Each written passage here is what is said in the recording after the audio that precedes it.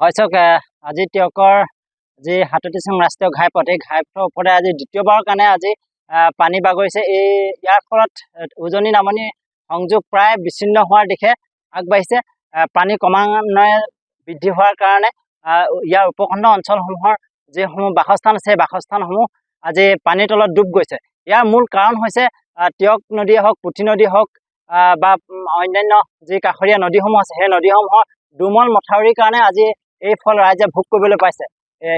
ইয়াৰ দ্বিতীয়টো কাৰণ হৈছে টিয়কৰ যি হাততিচং ৰাষ্ট্ৰীয় ঘাইপথ নিৰ্মাণকাৰী সংস্থা, এই নিৰ্মাণকাৰী সংস্থাটোৰ যি বিসংগতিপূৰ্ণ কাম, এই কামৰ কাৰণে আজি টিয়কৰ ৰাইজে এই দুৰ্ভোগ ভুগিবলগীয়া হৈছে।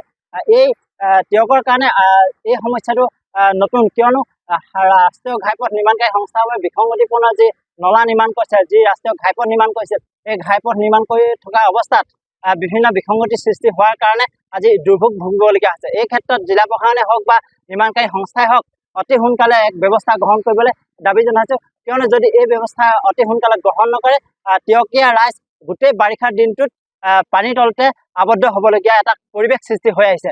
আমি বিশেষকৈ জিলা প্ৰশাসন আৰু টিয়ক পৌৰসভাক এই ক্ষেত্ৰত তৎকালীন ব্যৱস্থা গ্ৰহণ কৰিবলৈ আমি দাবী উত্থাপন কৰিছোঁ। যিকোনো খবৰৰ বাবে যোগাযোগ কৰক 9181 307 221 আমাৰ এই নম্বৰত।